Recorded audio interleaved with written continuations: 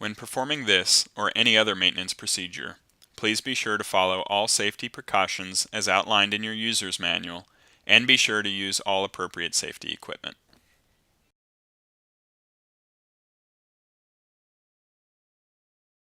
In this video, we'll be covering how to install a foam sensor on the Atomx automated sample prep system.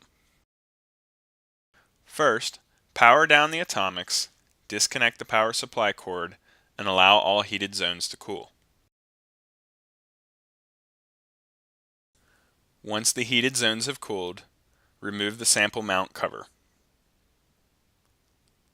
Next, remove the front door, followed by the front panel.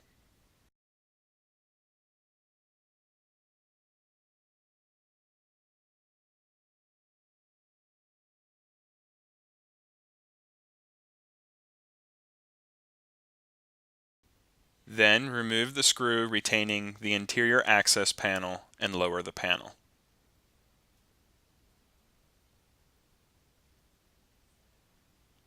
Followed by removal of the trap access door.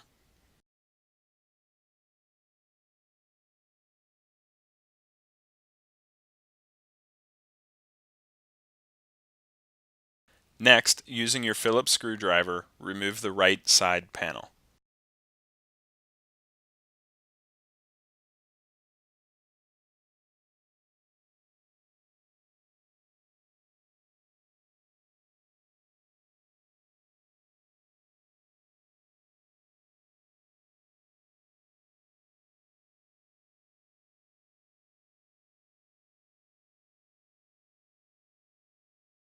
Again, using your Phillips screwdriver, remove the left side panel.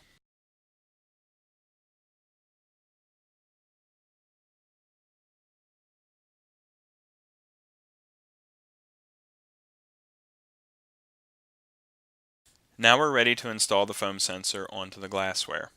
Start by loosening the retaining nut on the sample mount. You may need the 7/8" wrench to do this. Slide the glassware out of the mount and then slide the foam sensor onto the bulb side of the sparger.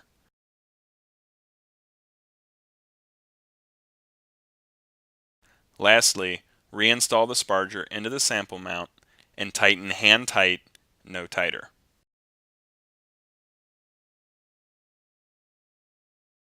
Now that the foam sensor is installed on the glassware, let's start routing the cable.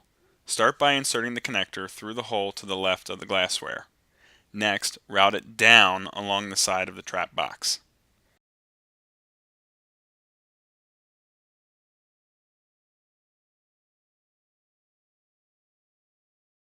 Once the cable is routed inside of the instrument, route it from the right to the left side of the instrument and plug it into the J8 port on the DC output board.